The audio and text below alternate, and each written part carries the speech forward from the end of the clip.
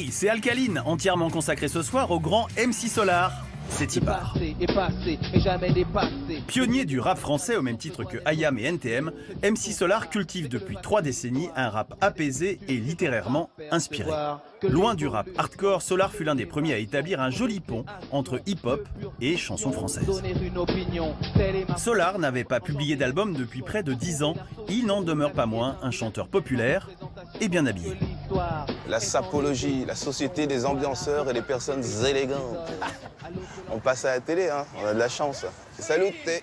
Comme le rock avant lui, la culture hip-hop a fini par imprégner notre société, de la pub à la variété. Mais à la fin des années 80, cette culture chantée, dansée ou taguée était souvent ghettoisée.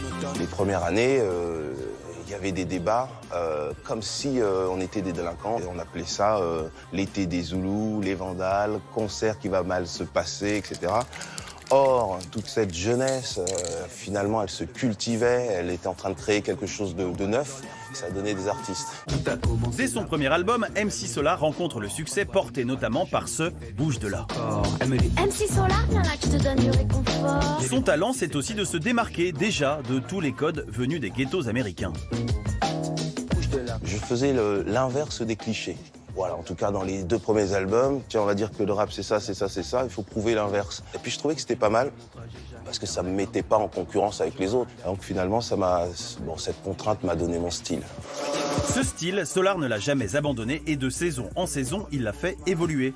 Jusqu'à publier aujourd'hui un 8e album au titre très solarien, géopoétique. Claude, comme l'avaient prénommé ses parents, a repris le micro là où il l'avait laissé. Je suis tombé dans la trappe, Nigo.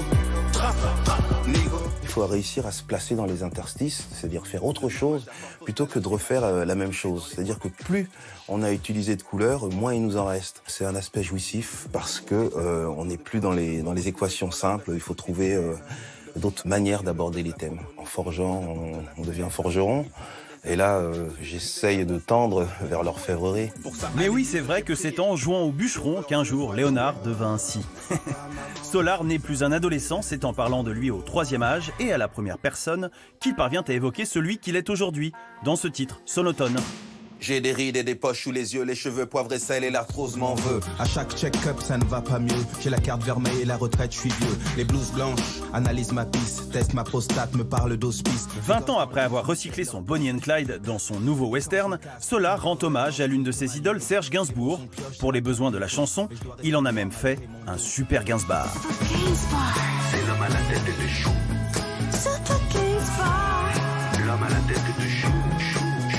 C'est un rappeur, le côté Gainsbar.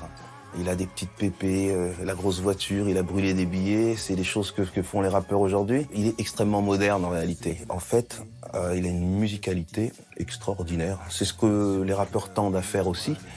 Donc ça peut être un exemple pour beaucoup. En tout cas pour moi, ça l'est. Je peux le faire, j'ai le feu, la forme, transforme un monde. Bien ancré dans la tradition, MC Solar nous revient donc avec un album pas daté du tout.